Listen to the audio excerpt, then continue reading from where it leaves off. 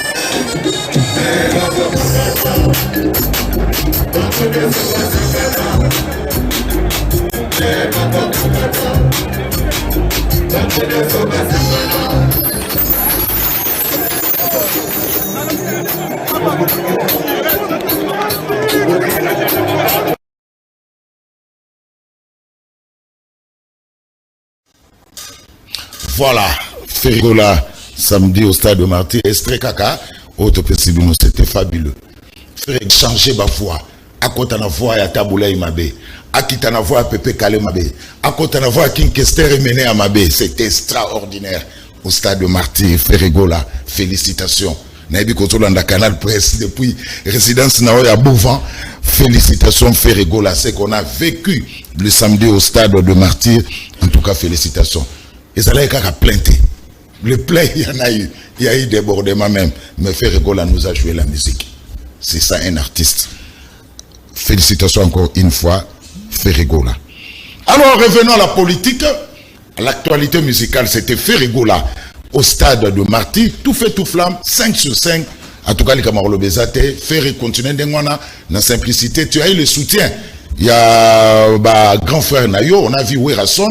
Alobaki, Jibempi en a parlé, Adolphe Dominguez a parlé, Jiba Alobaki qui est le cadet, Yakla Wenge, donc c'est tout à fait normal, Bayaya battu au poids, et ça y sali bien mingi. Conseil que Sili, j'ai vu les gens sortir du stade, Bazongi, pendant qu'on a bango, calmement, et ça en a besoin, tout ça en a besoin, Yamakam Oyo, mais là on a la resenga, boutique l'absonnant nous m'a consterne à stade.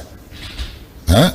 Eva Nanan, boutique à Nanou, ben, espère à Kaf Bazoya. Nous avons la qualification au mois de septembre. La pasteur Banini, boutique l'absonnant à stade de Martyr. Bozela Nanou, nous la qualification en septembre.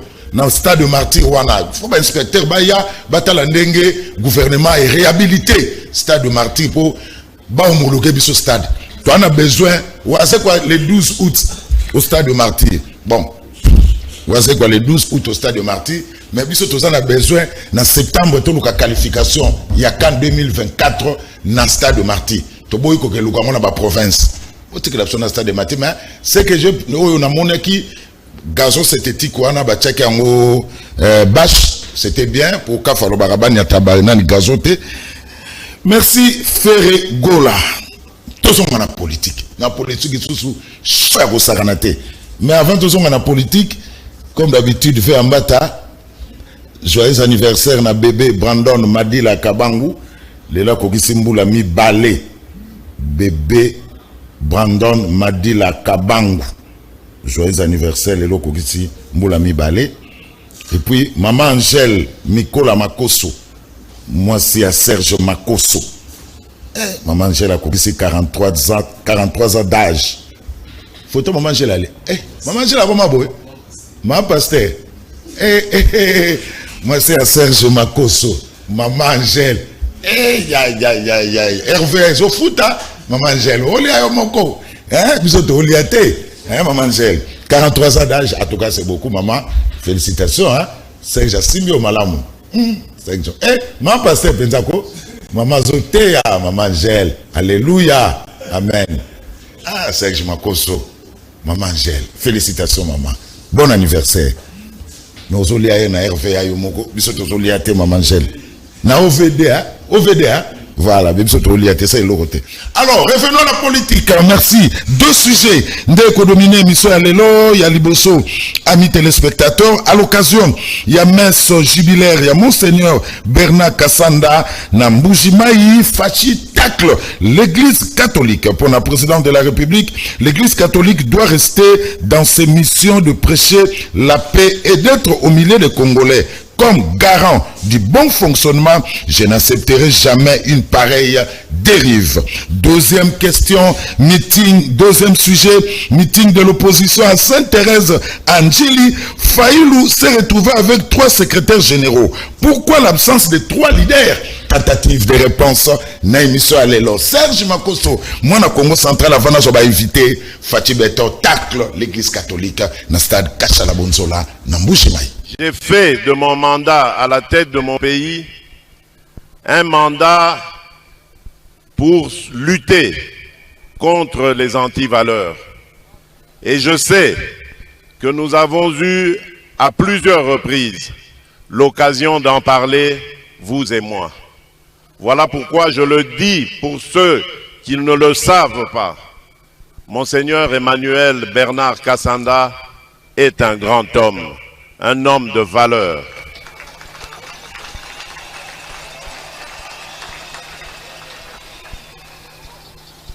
Je compte sur vous, comme je le disais, parce que je rêve d'un Congo meilleur. Depuis que je suis arrivé à la tête de ce pays, je me suis rendu compte de l'immensité du gouffre dans lequel ce pays se trouvait. Et je dois m'appuyer sur des hommes et des femmes de valeur, des hommes tels que vous, pour réussir ma mission. Permettez-moi également, Monseigneur, de remercier et de rendre hommage à Monseigneur Marcel Outembi, ici présent, pour son discours et ses mots aimables et encourageants à mon endroit et à l'endroit de l'État congolais. Oui, Monseigneur Marcel, je crois aussi que l'État et l'Église, particulièrement l'Église catholique, ont l'obligation, je dis bien l'obligation et le devoir de collaborer, de marcher ensemble. Et c'est peut-être ici l'occasion pour moi de tirer la sonnette d'alarme par rapport à une certaine dérive constatée au sein de l'Église catholique.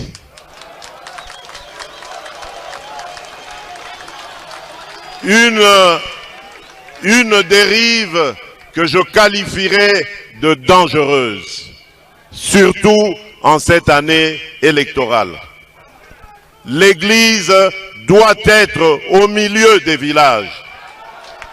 Ici, je serais tenté de dire, l'Église doit être au milieu des Congolais.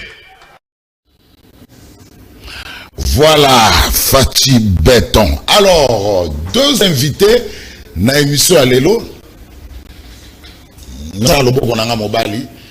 Christian Mayassi. Ensemble pour la République. Mbote Ndeko. Mbote Ndeko Zulu. Mbote na balandi nyonso bakolanda biso mokolo lelo. O bazali kolanda biso. Mbote na co-débatteur na ngai mokolo lelo. Oyo moko ko présenter. Na lingi particulièrement na pesa mbote na Ndeko Mike Mukebai oyo akangamaki de manière injuste na Ndeko Salomon oyo azali pe ko subir ba loi ya dictature oyo régime oyo balingi ba imposer biso na lingi particulièrement Ndeko Zulu soko permettre na pesa mbote na ba Christ nyonso ba chrétien nyonso ya paroisse Saint-Charles Lwanga na Bandalungwa na pesi bino mbote pe nazali ko loba que paroisse Saint-Charles Lwanga oyo ezwami na commune ya Bandalungwa na Mola ezali vraiment na besoin ya ba contribution na biso pour na construction toyebi que na mwa moke to kozwa to kopesa pour que paroisse na biso etongama mais ba bazali mosika na biso ba etozali pembeni to kota en contact na ba responsable ya paroisse pour que toya kotika contribution na biso pour paroisse na biso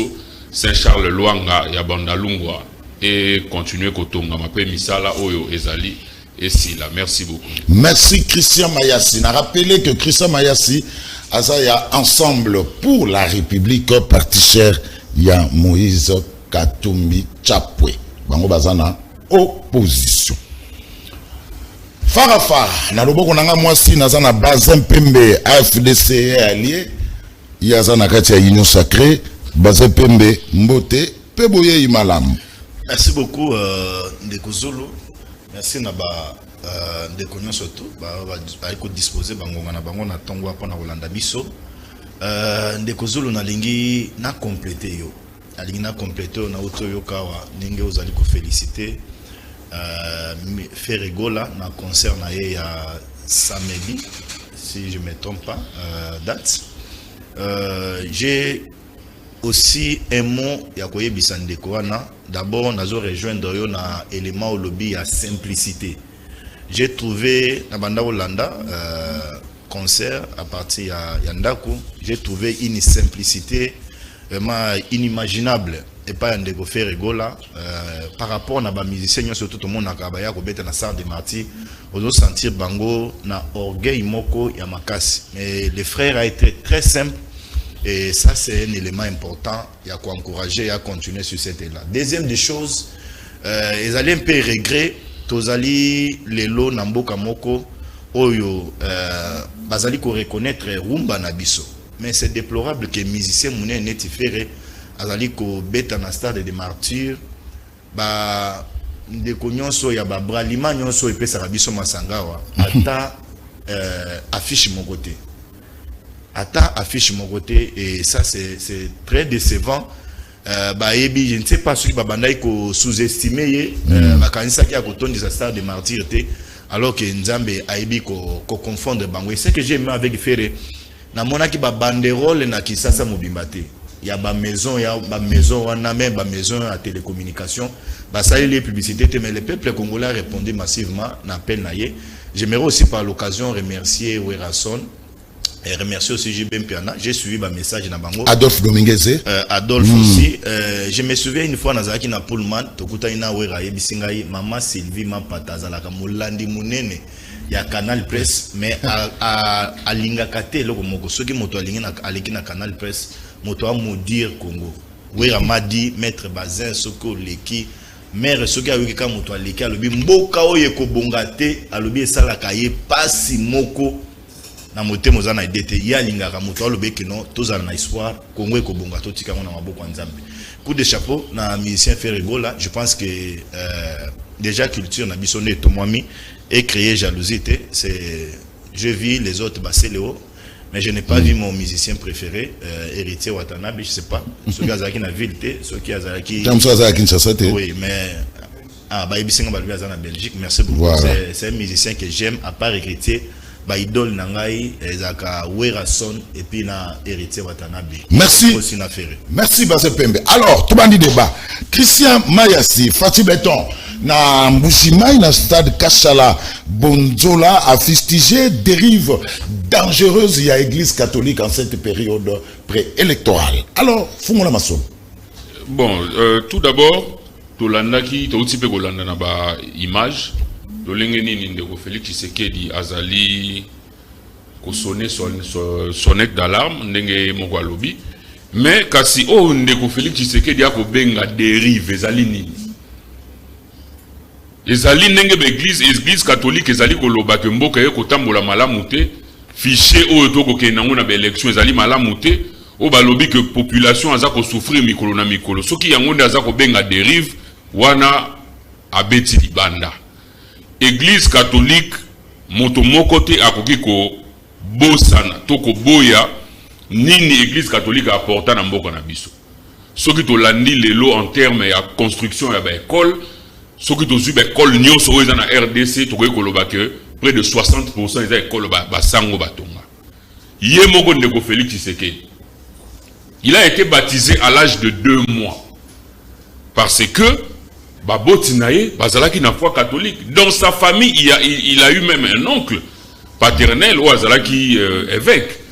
Et Bandeko Moussous, Maman Marthe, pour votre information, Bazalaki Beba religieuse, ma soeur. Donc, Ndeko Félix Tshisekedi a dit très bien comment est-ce que l'église catholique s'implique lorsqu'il s'agit du social, tout un intérêt y a population. Moi, j'aurais souhaité que Tangu Ndeko Mosengo, le cardinal Mosengo, a traité Kabila de médiocre, que Ndeko Félix Tshisekedi à l'époque a tenir ma propos à tenir l'îlot. Parce que à l'époque, Tobo Sanangote que Jean-Marc Kabound l'avait dit, même tant que l'église catholique a dit manaba marche awa, Jean-Marc Kabound a dit que l'église catholique a dit sa cadre, bango va dire sa militant 50-50 pour que bâtir pression sur le régime Kabila. Donc Kobo Sanapete que l'opposition par le passé a été essoufflée. Tout comment qui est essoufflé et ça va marcher à l'église catholique ou ça là qui va Rosimo Kendi, Thérèse Kapangala, Koufa et c'est pas qui de pression contre ce régime. Et puis Ndeko Félix Tshisekedi a lobby que il y a Azali garant du bon fonctionnement des institutions, tout ça. Oui, mais tout ça, Félix Tshisekedi n'a pas de pouvoir sur l'église catholique. Azali, commandant suprême, il y a FRDC. Azali, magistrat suprême. Azali, oh non, ça veut cause la même église catholique. Azali fidèle, loko la ngai, loko la yon de kozulu, loko la motonioso. Bien que Bakopé, ça ait respect, nae, loko la chef d'État. Église, paix et Azali, organisation et la société civile. Mobeko elobi que organisation et la société civile nyonso Azali libre. Il y a copié sa opinion nae sur n'importe quel sujet et entre na mboka na biso Congo. Donc, et là, loi et péquicité, balobi, ce qui n'est pas interdit par la loi est autorisé. Ça veut dire que Mobé comment que zali kopekisa en église catholique te azala na ba position naie par rapport à mboka ndenge zali kotambola. Le message que Félix Tshisekedi a voulu nous faire passer ezali kaka que église et sengeli a s'impliquer les sous na makambo ya politique te. Ndeko Félix Tshisekedi alobi na biso que l'église doit être au milieu de village. Il est allé même plus loin à l'objet église et Sengeli Ezala au milieu de Congolais. Moi je pense que Ndeko Zulu, l'église ne peut pas être au milieu du village. Et l'église ne sera pas aussi au milieu du village. L'église n'est pas au milieu de Ndeko Zulu. L'église est à côté des gens qui souffrent. Donc tozali na ngambu na biso ba bazali ko nyoko la bato. Na ba bazali ko nyoko ama toza ko yebisa na église atteint yo zala na katikati te. L'église sera à côté de ceux qui sont opprimés. L'église est à côté de ceux qui subissent l'injustice. L'église est à côté de gens qui sont malheureux. Pour dire à ceux qui sont des oppresseurs que bon mema makamu malamu botika kosala makamu ndenge bozo mema yango wana. Donc pour moi, on a dit que l'église ne va pas fléchir. L'église catholique ne va pas changer sa position aujourd'hui parce que Félix Tshisekedi se retrouve en difficulté. Il est fin mandat, à la solution les sous-soutés pour notre pays dans le développement et il appelle l'église à changer ses positions.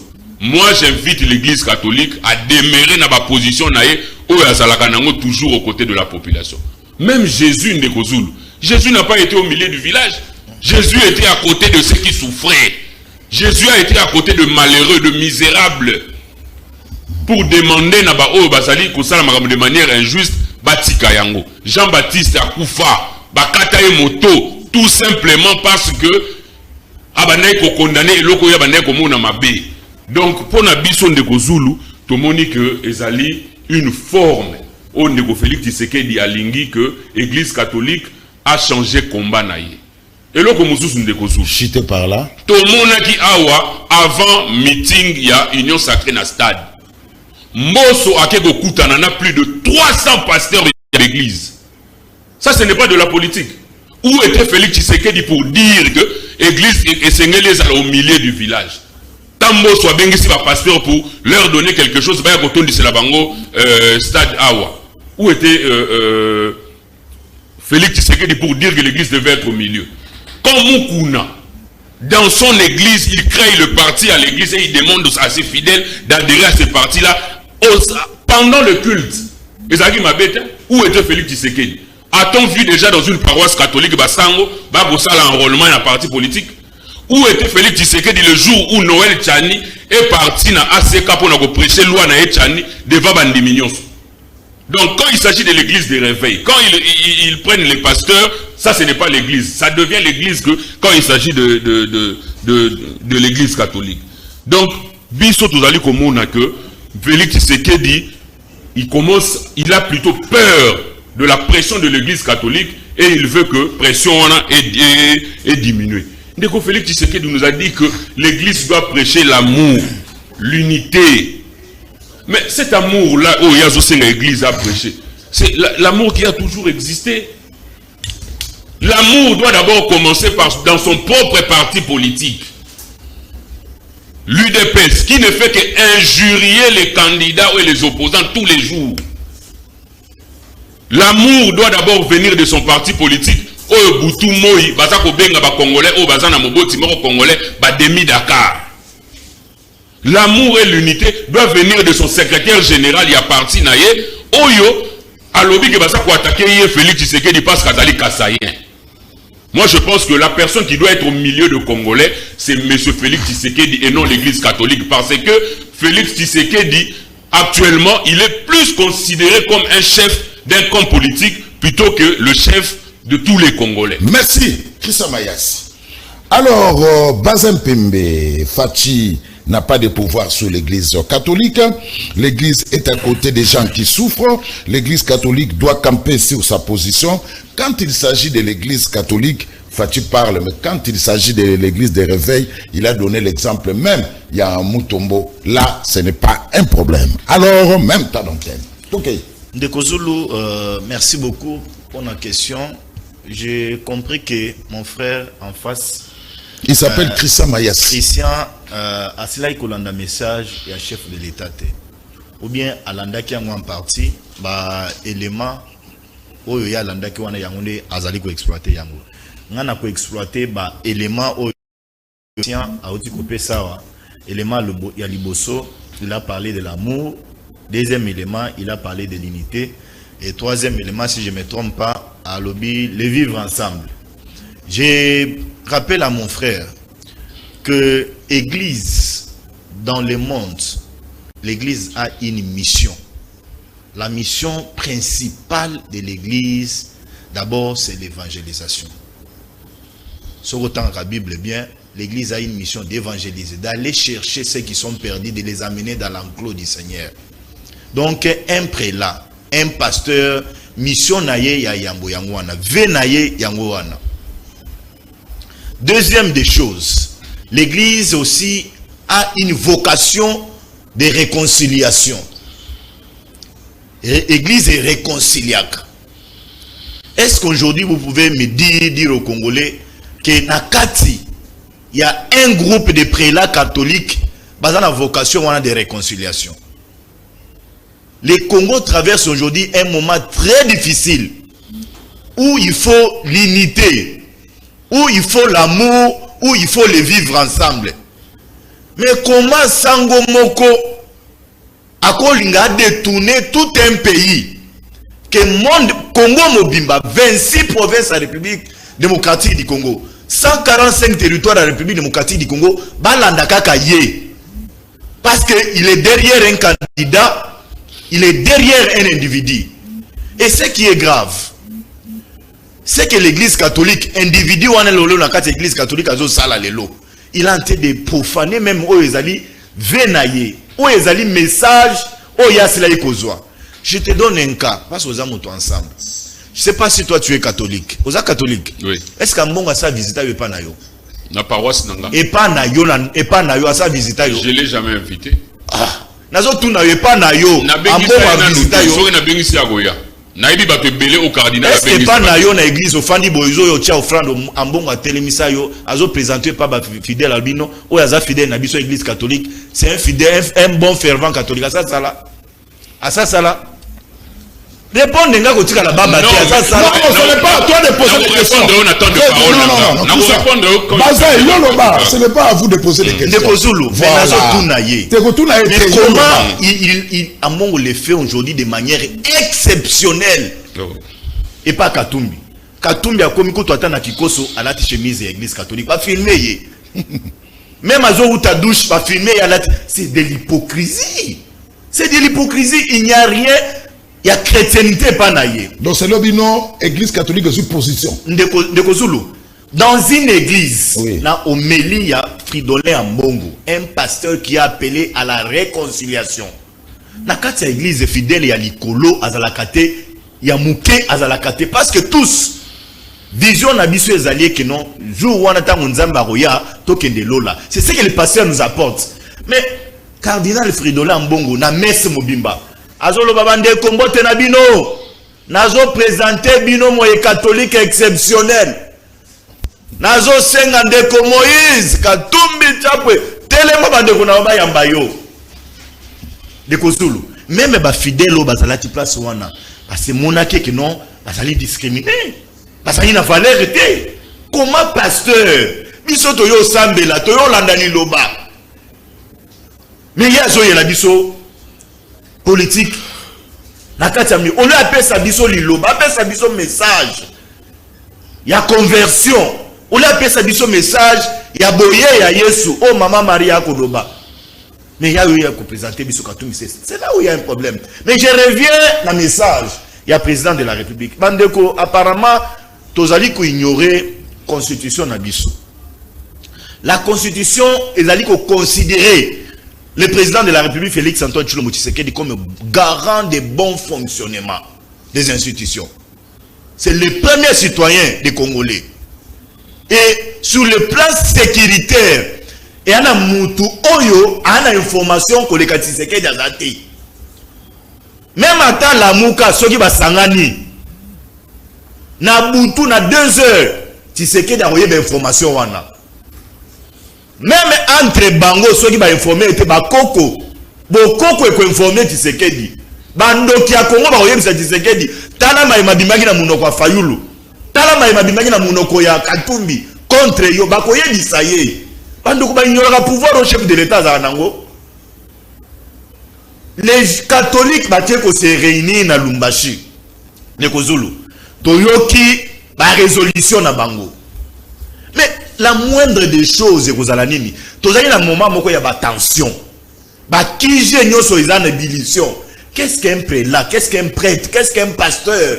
Où il y a appelé à l'unité, à la réconciliation à cause de ça. Et dans des combien bateau na boboto, bondeko, bolingo. Pour ne tenir Congo que les liboso. Mais ceux qui ont connu aux oppositions, là, on a rappelé dans la prêtre église catholique. Tshisekedi, il a été élu par le peuple congolais. Et là, de quoi IDPS cité. Si vous avez le problème avec l'IDPS, aussi la nabarando na bino na IDPS. Tshisekedi derrière son dos, il porte de milliers de Congolais. Pas bazana simanaï. Donc, si vous réduire na ba conflit na bino entre bino na IDPS, là vous commettez une erreur. Mais maître Bazin, quand l'église catholique soutenait l'opposition, tango bino mozaki na opposition, là ça ne posait pas de problème. Maintenant, l'église catholique soutient une frange et opposition, ça devient un problème. La différence. L'église catholique est à côté des gens qui souffrent. Donc l'église catholique est à côté de la population qui souffre. Est-ce que Tshisekedi a souffert? Nanine. Mais Tshisekedi, c'est. Tu sais, je peux comprendre que nos lignes de réponse n'est pas nangaï. Mais je suppose aussi que vous avez une moitié de la réponse.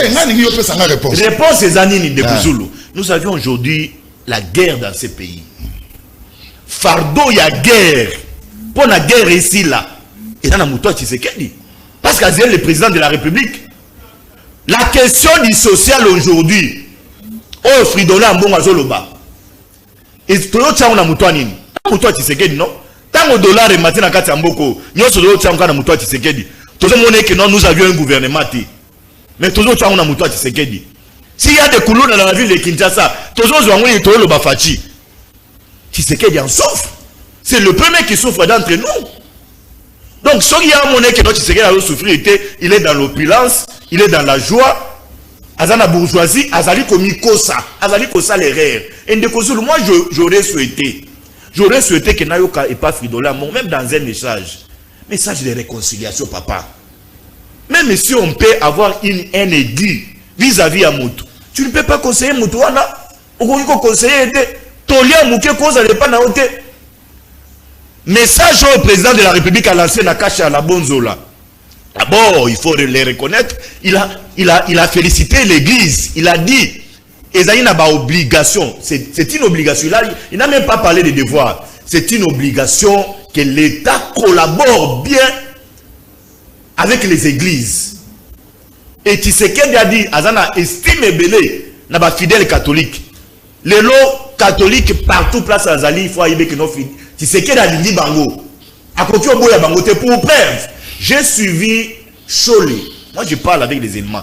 Dans une émission avec Jean-Marie Kassamba, Chole l'a reconnu que Tshisekedi, président de la République, lorsqu'il a constaté que gratuité et enseignement est salémi, ban ebele ou va kutanga na ba école catholique, ba bandoko fanda na mabele, na babante. Et belé abana bamnaka okokana kati ya basala était Tshisekedi a pris l'argent. Gouvernement congolais Zimbo me PC Église catholique pour na batonga ba école mususu. Et j'ai suivi Abel Donaché Choli qu'on remercier infiniment le président de la République pour la geste na ya cela composé vers l'église catholique. Ba milliers na ba milliers ya ba école ya mbongo. Ba milliers ba mbongo yo église catholique azwaki de la part du gouvernement congolais. La subvention pareil. On ne peut pas féliciter le chef de l'État. Non, nous avions besoin de la paix. Nous sommes en train d'aller petit à petit vers les élections. Nous avons besoin de la paix. Moi, j'aimerais lancer un message. Précisément, et pas cardinal. Nous chitez par là. Oyebi de Kozulu, au stade actuel, nous n'avons pas besoin d'envenimer la situation. Laissez-nous, biso bactère politique, to ndongwana entre biso. Après là, bazala wana comme arbitre. Bazala ba juge parti, non. Ozo côté là déjà Katumbi. Mais si on fait la cause à la frise, c'est ça la cause à la frise. Bato muso pas cause à la frise. Même si c'est que pas cause à la frise, lui comment mutunga na baptisé à l'église catholique. Ne quoi outi ko rappeler. Mais comment bato ba côté la ka mutu moko netinga naza importante. Maman a Tshisekedi à catholique. Au monde a kaita kwa kuta na Félix. Ngonga nyo surtout il rappelle à Tshisekedi ba fait et geste église catholique au pombo la mwana na ilongi. Donc azo faire voir que non au kokyo bossa na ba origine na église catholique té. Mais ce qui besoin expliquer boy, c'est pas bon. J'en appelle na cardinal Fridolin Mbongo. Aza tata molimu to ana ina respect mais aza la neutre. Si il y a un problème dans l'IDPS, que non, problème dans l'IDPS. Mais tu sais que derrière lui, il porte de milliers de Congolais. Bah, oh, le lot, baza peut-être, à ton église catholique, bon, baza, bah, toi, IDPS. Afudé ça, na Tshisekedi. Moi, je ne suis pas catholique. Je suis adventé du 7e jour. Je soutiens Tshisekedi. Donc, naza IDPS, bah, que aussi là, na ba rando, na ba on a IDPS et talibisoté. Pour nous, 2023, il y aura élection. Pour nous, notre candidat, c'est Félix Antoine Tshilombo Tshisekedi. Pour nous, le peuple congolais doit comprendre que derrière Fati, il y a une vision pour relever les défis au Congo. Merci. Christian Mayas, le problème de mettre Bazalobi, Fridolin Mbongo a réfléchi à ce côté de la Katumbi. Il y a un mot sacré, Bazo c'est pas la moté. Non, Ndeko. À l'accès de la portion, que lui c'est Katumbi. Oui, Ndeko Zulu. Moïse Katumbi, Azali, chrétien catholique. Wana Bishonos Toyebi, chrétien catholique, pratiquant. Mais ce qui te lobby total dans nos position il y a église parce que dérive on négocie que des akoloba et zanini que église c'est les ananzela boy et zakozwanzela o ezali malamote. Pape François Aye awanan aéroport ya Ndolo. Cardinal azui maloba. Alobi na pape population o yambio na Congo oyo c'est une population qui souffre. Et le roni neza faux na maloba. Et puis, à l'absence de la population était là et la population a applaudi. Ça veut dire que la population s'est retrouvée dans le message de Fridolin Mbongo où ils ont dit que Christou, Congolais, va s'allier au quoi. On a un secret pour nous mon côté. Amour et l'unité. Où il y a lobby qui est sengeli tout pressé. Mokolo papa yé awa. Le protocole s'arrange pour que les opposants na moi pour que Félix Tshisekedi na union sacrée na ye bâtir la bango tente bango va vendre dans de bonnes conditions. Ils ont commencé d'abord Yakobouma unité nationale na amour régime oyoye ko créer division entre les Congolais. Moi je pense que Félix Tshisekedi s'est rendu compte il y a ici kato komi à comprendre les dangers où ils allaient liboso nde a sonné sonnette d'alarme. Moi je pense que l'amour ou la personne qui doit être au milieu de Congolais, c'est le chef de l'État. Il fallait à la papa ou à Sangisaka. Les Congolais ne sont pas unis autour de leur chef parce que le chef est entouré malheureusement de personnes où na katelo komoko ke azali mu kwantombolo mutuno sala ko s'opposer na ye il faut kangama il faut kota boloko tout ça c'est Félix Tshisekedi qui doit être au milieu de Congolais. Il est président des opposants et des gens qui sont dans la majorité. Et puis Ndekolobi va présenter Moïse. Moi j'étais à cette messe là. Ezala qui organisé à l'oka. Ezala qui a on a Tata Raphaël na cadre à Pentecôte. Moïse Katumbi est venu pendant qu'il était à Kinshasa. Ayaki na messe, Ndekobazan lobi que c'était pendant l'homélie. L'homélie c'est une prédication. Hein? Si vous comprenez que aux catholiques, homélie ezalité. na église catholique ba benga rango homélie. C'est-à-dire que ceux qui bâtissent sang évangile, sang à côté, yango ba benga homélie. Ba présenter que Moïse Katumbi na homélité, ba présenter que na souka. Pratiquement ton ba repé ça va communiquer. Moïse Katumbi c'est pas n'importe qui. Trouver que Moïse Katumbi citoyen, le rôle de citoyen, oui, dans l'église oui, mais c'est une personnalité connue. Lorsqu'il y a Sambela na batu, c'est tout à fait normal. Moutaouti Moussika va présenter. Et puis Moïse Katumbi porte l'église catholique na moté manaye. C'est pas une question à forcer loco. Il est catholique. Il a construit une paroisse. C'est un acte à saluer. Vous avez des gens détournement. Qui a construit un lieu de prière? Moïse Katumbi. Koutou dans l'opposition. Il a construit un temple pour que Batouba ya Sambela. Cette église restera à jamais. Moïse Katumbi Adam Moutou. Après Gokufa, église Gotikala. Et puis pour Nabiso, le cardinal nous a dit, la foi catholique de Moïse Katumbi doit compter pour nous. Pour retenir compte, il y a foi, il y a Moïse Katumbi, Biso ba catholique. Le cardinal nous a dit, la foi catholique de Moïse Katumbi compte pour nous. Ce sont les propos du cardinal. Et Mabé ya ba Congolais, Mabé ya ba parole wana Tomboni yangote. Le cardinal a tout à fait raison. Moïse Katumbi, c'est un catholique. C'est un catholique très impliqué. Namakambo est à l'église. Si le pouvoir a mal digéré, qu'il y a autant d'évêques qui sont dans Lubumbashi pour l'inauguration de la paroisse que Katumbi a construit, ça c'est pas notre problème. Ce qui est s'appelle Katumbi a fait un stade à Mazembe pour que ça la célébration eucharistique kuna. Ça c'est pas notre problème. Le chef de l'État de Kobazan Lobby, il est le garant de bon fonctionnement des institutions. Mais il n'est pas le garant du bon fonctionnement de l'église. Voilà. Donc, tu le dis que l'église catholique, au milieu du village, tu le dis que l'église a causé à côté de malheureux, à côté de pauvres, pour dénoncer prière et ça la makamikolonie sur prière pour la nation. Si on a prière pour la nation, basali kobenga oyoka na prière wana basambelaka pona mokonzi mboka na ba ministre. Jamais toyoka na prière ya prière pour la nation. Toto mona maboko to sambela pona Moïse Katumbi to pona Fayulu te. Ezala kaka chef de l'État, FRDC, bakambia mboka tout ça. Les opposants n'ont pas besoin que basambela pe pona bango. Donc nous disons oyo bazo reprocher na l'église catholique et causa en effet mon côté parce que l'église catholique est totalement dans sa mission. Pape Jean-Paul Dialoba, une église qui n'est pas capable de répondre aux problèmes sociaux de la population est appelée à disparaître. Donc, ce qui église, alléluia, amen, non. Le problème de société à bas congolais doit aussi préoccuper l'église catholique. Régime n'a pas de créer division entre nous les Congolais. Non, non. Et les régimes Tshisekedi n'a jamais créé une division. Au contraire, tant que Tshisekedi a un pouvoir de Kozolo, Tobosa n'a pas de société.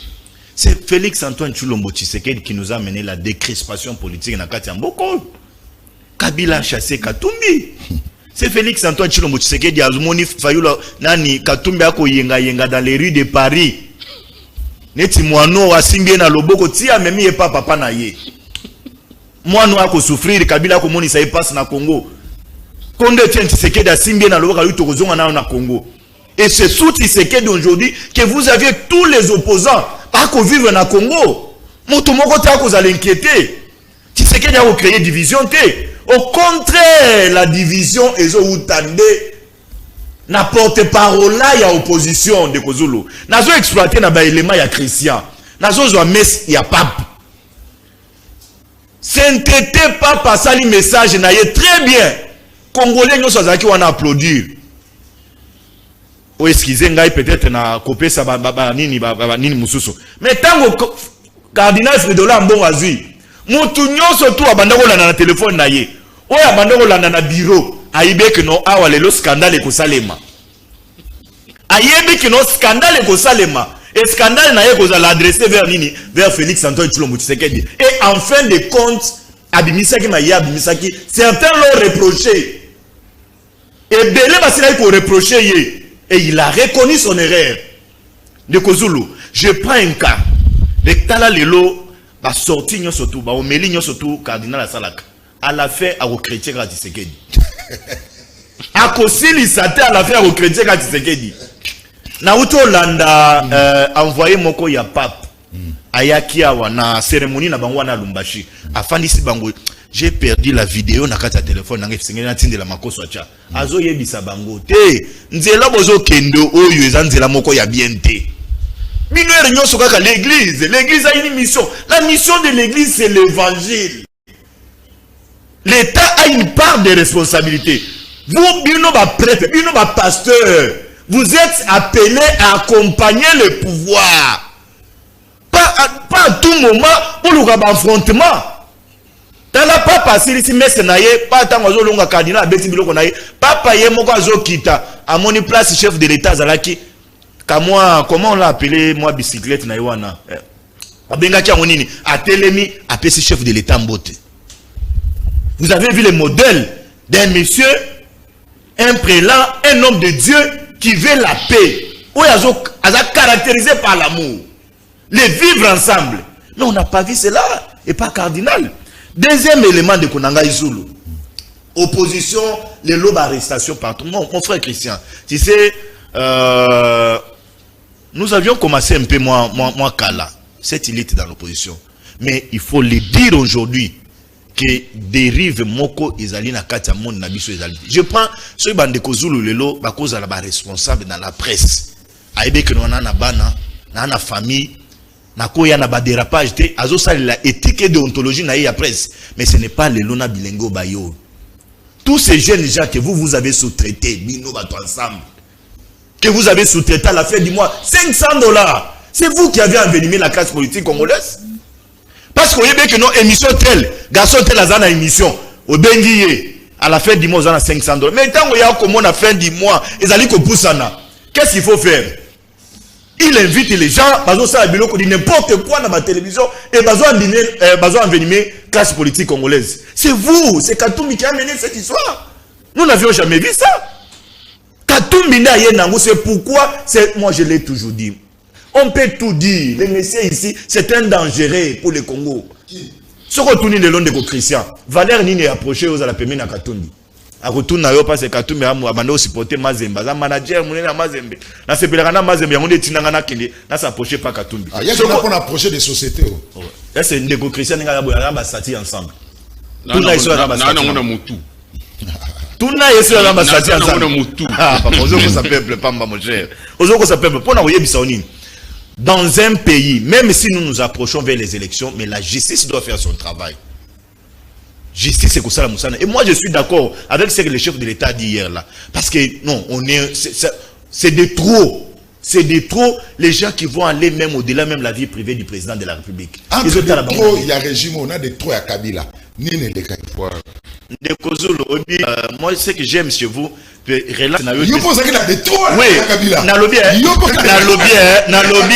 Ce que j'aime chez vous, relax à Mayele. Je te donne les éléments de ton régime à Kabila. Sous Kabila, Kabila, tu dois respecter la constitution. Nous avions perdu Rossé Mukendi. Nous avions perdu Thérèse Kapangala. Nous avions perdu Ngandou. Sous Kabila, l'activiste à droit de l'homme, Kabila respecte la démocratie, respecte la constitution. On a perdu un certain Lik Kouloula, calciné. Batumbi Nanda que Panaye.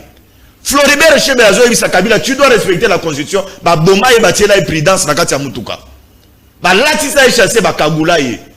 Un certain Arma Tungula et Kabila, tu dois respecter la constitution. Respecter le peuple congolais, il a trouvé la mort de Kozulu. Non, ne perdons pas de vie. Mais sous Kabila, on n'a pas arrêté un journaliste. Ndeko Nano, il est dans les dérapages à contrôler. C'est qui les députés, c'est qui Ça fait plusieurs fois la prison sous Kabila. Moi qui vous parle, je ne vais pas parler de moi, de Kozulu. C'est parce que nous avions des tactiques à Moussala. Combien d'interpellations et pas de journalistes? Même place d'infraction et égalité. Parquet général. Non, Ndekozulu, on doit être clair, il y a que non. Ce que nous sommes en train de voir aujourd'hui avec Tshisekedi est trop large. Soki Tshisekedi azaki vraiment na discipline ba Tshisekedi il y avait des fous du roi tout autour de Tshisekedi mais lelo ba arrestation je peux vous citer les gens ba oyo bazali ba sous-traitant na bango ba sous-traitant na bango ba journaliste o ba sous-traitant na bango Ndeko Zulu, ils sont aujourd'hui dans les dérapages, ils sont dans la bouillabaisse. N'hésitez pas, les confrères. S'il te plaît, la solidarité. Alors, merci. Pour la chiter, oui. J'aimerais. Il faut éviter la guerre avec l'église catholique. Non, Ndeko Zulu. Oebi, ce qu'on tangi constitution nabiso. Bazali kopé sa primauté était na église moko. Nous sommes un pays laïque. Ce qui est sa église, comme un église l'équipe église, c'est l'erreur qu'on est en train de commettre. Est-ce qu'aujourd'hui, Bandeko, bon, tant que généraliser l'église catholique, en tout cas, et mon copain Todo Salamabé. Oui. Parce que c'était un groupe de gens, Balingi, c'est pas au-dessus de la constitution, au-dessus de la Mibeko, donc, c'est comme si, Balinga misala mubeko oyo bango balobi biso nyo sutu na tuichika tondimi. Merci Bazete. Deuxième sujet, Serge Makoso. Meeting de l'opposition hier na Sainte-Thérèse na Njili. Martin Fayulu s'est retrouvé avec 3 secrétaires généraux. Il y a LGD, il y a Envol, puis il y a Ensemble pour la République. Question, pourquoi l'absence des 3 autres leaders? Serge Makoso. Image était, Guy Pouta faisait une image était. Oh là là, voilà. Alors, Kobanda, Nabanaki et pas Christian. Tant Nabanaki, non, on n'a pas Bazin. Bazin, pourquoi l'absence des 3 autres leaders et opposition? Na lobby na s'intéresse Nanchi. Ndeko Zulu, 5 minutes. Na lingi awana remercier peuple congolais. D'abord, koyebisa bangwe keno bandeko balobaka ete ville à Kinshasa, c'est une ville acquise à l'opposition. La donne a changé aujourd'hui. Élément ya liboso indicateur. Si tino bandeko basalaki, bakomaki ata 500 T. Drone moko ezwaki bango pona kolakisa ke bazaki muke. Et ça, il y a qui carton rouge au peuple congolais à cela il copie sa bango. Parce que à monaki na kati wana un certain Matata Mponyo Mapone. Congolais akanga eloko Matata sous régime na ye azwi mbongo 285 millions de dollars pour na ça la parc agro-industriel ya Bukangalonzo tomona Tijengo 0 libungu tulu sous régime ya ndeko Augustin Matata Mponyo Mapone azwi mbongo pour na construire 1000 écoles 150 millions de dollars et bima et loko salemate Matata tina lelo atikala ko justifier mbongo wana te sous époque ndeko Matata Mponyo Mapone azwa mbongo pona somba ba locomotive ya SNCC tina lelo totikalo yebeke no mbongo wana ekenda wa pété ata locomotive moko ya SNCC totikalo mona ngwe ya na République démocratique du Congo te sous époque Matata Mponyo Mapone gouvernement congolais bimisa mbongo pona batia fibre optique awa mbongo place ekenda tout la mwisi ya zaza ça c'est Matata au moment na cravate rosio azo tambola na c'est qui kike mulumba na moni asadere na union sacrée Ndeko Zulu Kinke a été ministre et Kinke a justifié cette histoire le baka botuna la premier ministre sous époque ndeko Matata Mponyo Mapone mbongo ebima pour la réhabilitation il y a 2 aéroports mbongo ebima pour la réhabilitation des aéroports 55 millions de dollars tina le lobo tuna Matata Mponyo mbongo wana ekenda wapi 0 toyebaka te. Ça c'est sous Matata Mponyo Mapone. C'est pourquoi j'ai dit le peuple congolais attaque Kinois oyo beaucoup c'est là et Kinois la derrière opposition les Kinois est entré les lots ya ko pesa bango carton rouge to suki kaka wana te nous allons aller avec jusqu'à la fin de Kozulu na silisa oui na kati mboko on a eu construction ya ba hôpitaux mbongo ebima 354 millions de dollars ata hôpital moko totika lo mona même ata fondation totika lo mona ngote et ba stade moderne mbongo ebima awa 280 millions de dollars pour na tozo ba stade moderne na ba communes municipaux na ba communes nyoso to bokende botuna Matata lelo mbongo wana ekena ya bandal misale katana Ndeko Zulu na sukisa je vais paraphraser monsieur Matata monsieur Martin Fayulu Madidi alobi projet ya Bokangalonzo c'était une escroquerie du siècle c'est intolérable ça c'est monsieur Martin Fayulu Le peuple congolais a comprendre que non, à koki, ko ya place matata azo lumba solo. Nandenga mabete mais tant azo mona ye, ezo pesa bango kanda, elongi ya matata pesa ka peuple congolais kanda. Mais je regrette de commentaires Fayoulou. Oh, il fallait attirer la de Kwadolfo Mozito Fumupa. Ba kenda ta na yeti na ba élection. Fayoulou a commis une erreur. Ya ko kende ko sangana na Katumbi. Oh, le loi Bomage Kamine, de ko Christian Talangai. Na habité place au Salak. Na habité soko Lumbashi. Na habité soko Mapueto. Na habité soko Malemba Nkulu Christian. Na habité soko Luena. Train de bandoko nourrir nzela. Na habité soko Mwenedito. Na habité soko Mbujima soko Kananga. Train de bandoko le sanzela wana masangu. Mais Katumbi pona ba besoin na ye atie akuna matata. Et c'est Christian Lelo na ibisaki yo. Oza fier de yakuzana Katumbi. Mais c'est pourquoi Fayoulou se retrouve avec les 3 secrétaires généraux? Pourquoi l'absence des 3 secrétaires? C'était ça ma question. Na sa Congolais. Katumbi nani Fayoulou aboyaki alobi kadima pas question. Mais na landi elobi na message na ye na suka.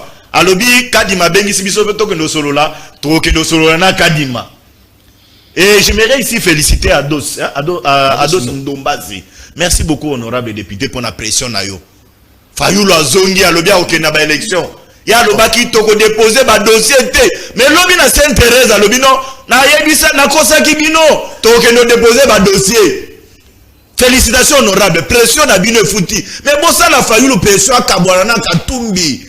Bon ça la Fayoulou pression à Kabwana Matata. Bon ça la Fayoulou pression à Kabwana Sesanga. Peuple congolais a repris sa bino ba voir. Honorable, aux autres discours va voir na Kinshasa té. Parce que tant que tu vas comme on a Katumbi de Kozulu. Et autres ça bango passe tamba mona na matata na Sesanga na batu mususu. Tala comment batu azo jouer na Katumbi. Katumbi nani avec Fayoulou. Fayoulou c'est un président d'un parti politique. Fayoulou est sorti deuxième dans l'élection en kati ya mboka oyo. Mais Moïse azo tine la Fayoulou secrétaire général. Bolengetenge. Azubi parole loko ya munena lobaki ezate. J'ai compris que non apparemment vieux ba kecho à l'attaquer bandeko pesé. Bolengetenge loko alobi ezate. Et puis c'est ça ngazo tinde la ye jo moko ba wololi ekutu. Du début jusqu'à la fin, bato ya SID parce que SID na toni 5 mois bato belé place wana. Faut qu'on les reconnaître yango. Ba wololi ye tina suka na ebi kutu jo wana komona yete. Ba LGD Franklin Chamala. Te oyo ya Sesanga. Na ebi te komona ye. Ba wololi ye du début jusqu'à la fin. Ba yo pesa malobe pa moto LGD ba wololi paye. Franklin Chamala. Ba wololi paye. Oya lobi moi eloko mutuya eza Fayoulou. Fayoulou pe tango azu parole. Alobi ba élection bato na epe ba wololi ye. Balobi biso tokela ba élection te. Biso wana boycott. Mais ya pesé bango landa ngai bazo yoka été boycott. Pour nous comprendre que non, c'est une erreur communication. Dans la politique, il faut consulter. Il faut consulter avant que nous le bande kozulu. Ngai naza na motema malamu ya kolobe que non, je suis d'accord na ba division na ba. Non, nous voulons une opposition réunie, une opposition réfléchie, une opposition républicaine. Mais na ko senga na bande ko wana ningi bolobi okino mona kadima ala kisabino fichier électoral toiletté ala kisabino ba mineur ba ilagé ala kisabino ba doublon ba ilagé to kene na ba élection Félix abeta bino donc boni mambalo. Christian Mayas, après l'absence de 3 autres leaders lobby dans Sainte-Thérèse, il accepte déjà que ça ne va pas. Et bien, les 3 autres leaders n'étaient pas d'accord dans ma propos. Il a fallu qu'il s'est retiré du processus électoral. Vous ne voyez pas qu'il est fragilisé quand même l'opposition parce que Bino Bochaka au départ, meeting na Bino, avant comme le 24, Bochaka ngom kolonine. Bochaka ngom date, mon quoi après, comme ça le 24. Tout le monde a vu presque un pays dans le Congo, comme le 25. Et puis, le temps où Kimaki joue à le 24 parce que faire la Kanaki Kinshasa avec le débordement de Marty, au temps le 25. Mais on n'a pas senti engouement dans Sainte-Thérèse. Absence. Il y a 3 leaders de l'opposition. Ils ne sont pas d'accord avec le propos de Martin. Oui, Ndeko Zulu, je pense que la question est très pertinente par rapport à l'opposition. Na meeting tout ça là qui lobby. Mais permettre en une seconde na zongela mamouké. Mettre basé en lobby que cardinal la sala quand même c'était sans que Nasuka a chrétien Félix Tshisekedi. Nga na yebi que cardinal la tika ko prononcer comme Félix Tshisekedi na kati église de. Est-ce va lobaka. So qui ko lobaka population azana pasi. Population azana nzala. insécurité zali ezako chrétien Tshisekedi alors c'est que ba congolais ba chrétien Tshisekedi chaque jour parce que yango ne loba mara mikolo nyonso na bandako na biso. Le cardinal ne fait que constater la misère de la population. Le cardinal ne fait que koloba o population zali ko vivre nango. Lelo vie à congolais comme il passe. Ba bazali komona ke Congo ezali kotambola malamu ezali kaka bino na union sacrée parce que Bozana va tuer Belé, comment détourner, comment pour avoir les moyens. Donc, le cardinal ne fait que prendre la position qui est responsable, c'est défendre l'intérêt de la population. Yango Moussala Tata Cardinal à Salara Mikolonioso, Ndeko Bazan Lobby, valeur ni Oyo Landela Katumbi. Valeur à Liboso Landela Moïse Katumbi, c'est l'amour du Congo. Katumbi aime ce pays. Katumbi aime le Congo. Katumbi était prêt à démissionner. Il a démissionné de sa fonction. Katumbi a démissionné de sa fonction de gouverneur parce qu'il avait un objectif à mener. Ce Katumbi là. Katumbi obine boko loba lelo. Atika fonction de gouverneur à Katanga. Il a préféré vivre à l'exil. Il a été contraint de vivre en exil. Moussika ya famille, Moussika ya population, et tout simplement parce qu'il y a un combat où il y a une autre valeur de Katumbi, c'est l'humilité. Moutema Mounene. Katumbi a fait un marathon au midi pourquoi awa. Il n'a jamais réagi. Voilà le chef de l'État qui, lui, autorité morale à l'Union sacrée, Alingi a comme le tout puissant. Va critiquer, va le vélo comme côté sinon sous les émotions, il a dit. Et puis Ndeko Zulu. Ndeko Félix Tshisekedi, à chaque fois qu'il est en colère, à chaque fois qu'il est mécontent, il a toujours des propos durs envers ses compatriotes. Et là on dit le laxak au Kazaki na kana na Mbujimaï. Mais c'est ça.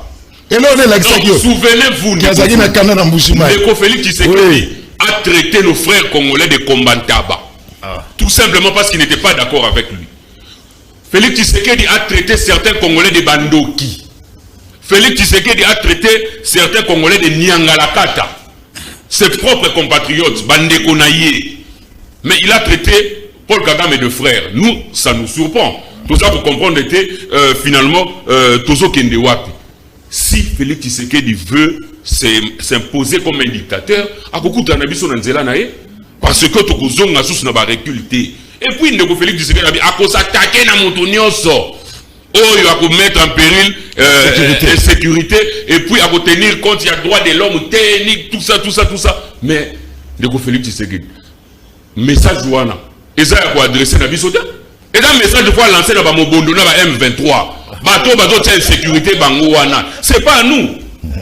Mais ça, message dans Bissoda. Il y a un moment à comprendre, parce que maintenant, comme tout dans la question, pourquoi Ndeko Salomon juillet avant na demia balobaka na elo côté amona ka avocat te aye komona bango sima mikolo belé pourquoi Ndeko Moïse Katumbi oyo azana dossier moko na justice te bake ko perquisitionner ndaku na en violation de la loi. On a eu la réponse hier, c'est-à-dire que pour lui on ne soit menacé pouvoir na mobeko ezate na ko sala on a lingi parce que c'est moi le chef suprême kozongela ndigambo ya marche ya lobby Ndeko meeting ya lobby ngana dagi na Sainte-Thérèse. Ndeko Bazin, il a suivi sur les réseaux sociaux. Mais l'important, ce n'était pas de voir les 4 leaders présents. D'abord, on a l'ingina remercier la population au Asala qui déplacement lobby pour na kotondi sa terrain Sainte-Thérèse. Kotondi sa qui? Oui. Mais on a les images. Oh là là. Mais Didier Deschamps. Qu'est-ce qui s'est passé, Didier Deschamps? Ndeko Bazin, Pierre Ganabango ya Kananga, Aganisi Badunios Baosala, non. Ils de lobby bourrier. La population était présente et Ndeko Zulu, même si c'est une personne qui fait le déplacement, il faut saluer ça parce que Moutoyer, parce que Azana combat a mené quelque part. Le message est passé. Le message c'est quoi? Ezali que nous voulons les élections. Mais encore une fois, les 4 leaders politiques, baza avant tout bas présidents nationaux, il y a des partis politiques là-bas. Si Martin Fayoulou lève une option, c'est moi qui pose les questions, Bazepembe. Oui, merci. Donc, si les 4 leaders politiques sont avant tout responsables des partis politiques là-bas. Oui. Si Fayoulou lève une option quelconque par rapport aux élections, il est libre de le faire. Ce qui doit adopter comme ensemble pour la République une autre position que celle-là, en toute responsabilité, en tout respect. Bakoyo Kabiso. Quel est ce leader à sa déclaration Fayoulou Alomakambo Alobeza Lokuta? Nous, ça veut dire que nous voulons les élections. Non, Bino Balobaki, que vous n'êtes pas d'accord avec Fayoulou. Non, mais qui l'a dit? Bon, c'est entre nous, ça veut dire que entre nous, ensemble pour la République, à aucune élection. Nous irons aux élections. Fayoulou n'ira pas aux élections. Fayoulou n'a pas dit qu'il n'ira pas aux élections. Il s'est retiré. Il ira aux élections. Mais à poser, ma condition, il est libre de le faire. Oui. Parce que voir mon sous, il y a pour mettre Félix Tshisekedi de côté et Zate à part les élections. Félix Tshisekedi a aucun égard à la moyenne d'élection. Le 20 décembre, Tokotia est de côté parce que pour Nabiso, le 24 janvier 2024, Félix Tshisekedi doit donner le pouvoir à Moutou pour remplacer ou à Rosala ici dans l'élection. Pour la population, il y a un monde baza kozela. Batuno so baza kozela yango. Donc, biso to lobby que nous voulons les élections. Mais c'est que l'opposition veut, ce sont des élections Oyo, ceux qui va proclamer vainqueur, biso nyo soto vandi to lobby que vainqueur yeyo. Hier, on a été surpris. Talaba militant. Amsous va y avoir carte d'électeur. Et l'ongelongo a tiré mon pamba. Oui. Moussou soyez, poste nous c'est effacé. Et tiré non, après non. Date de naissance est longue. Numéro 4 c'est tout le monde en a. Donc, vous contrôlez la carte d'électeur. Non, mais c'est la population qui nous pose. Vous avez un message. C'est la population qui nous pose cette question-là. Tokosa la nengenini. Oh. Parce que quand nous on est pour décrier, est-ce que vous avez s'intéressé? Vous avez s'intéressé? Non, Christian. J'étais là, Christian. Vous avez quitté. Quand nous avons posé le problème, il y a ma carte d'électeur. Oui. Balobaki que tous allez pour ça du populisme. Les cartes d'électeur et tenir même pas 7 mois. Et bandi ko s'effacer. Et dans la carte monsieur Koko Matikunate. Balobi na biso to kende ko sala duplicata. Balobi na biso to kende ko sala ba duplicata. To kende duplicata, ce sont les mêmes machines et le même problème. Na ba duplicata et bandi ko nzuluka. Donc nous disons que ce processus est banda qui m'a bé. Il est encore temps de rectifier pour que tous en aient élection à Malam.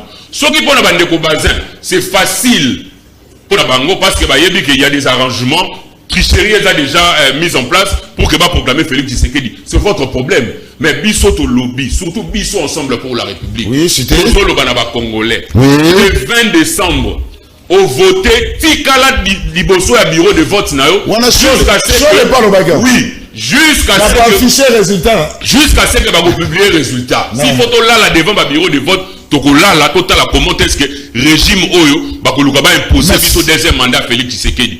Souvenez-vous, Kabila avait tout, l'armée, la cour constitutionnelle, la CENI. Il était incapable de nous imposer Chadari. Kadima a proclamé Moïse Katumbi président de la République. Et vous allez voir. Merci. Merci. Kabila. Non, c'est là, Bazin. On va conclure, monsieur, parce qu'il y a un téléspectateur à Salera remarque à l'obbi. Ndekozulu na souka. Il faut conclure l'émission. Toye baka biso ba tout otala. To retenir nini. Alors, une minute. Bazin, Teyote. Nabana koto. Non, yum to sous. Après manano. Yum to récupérer. Voilà.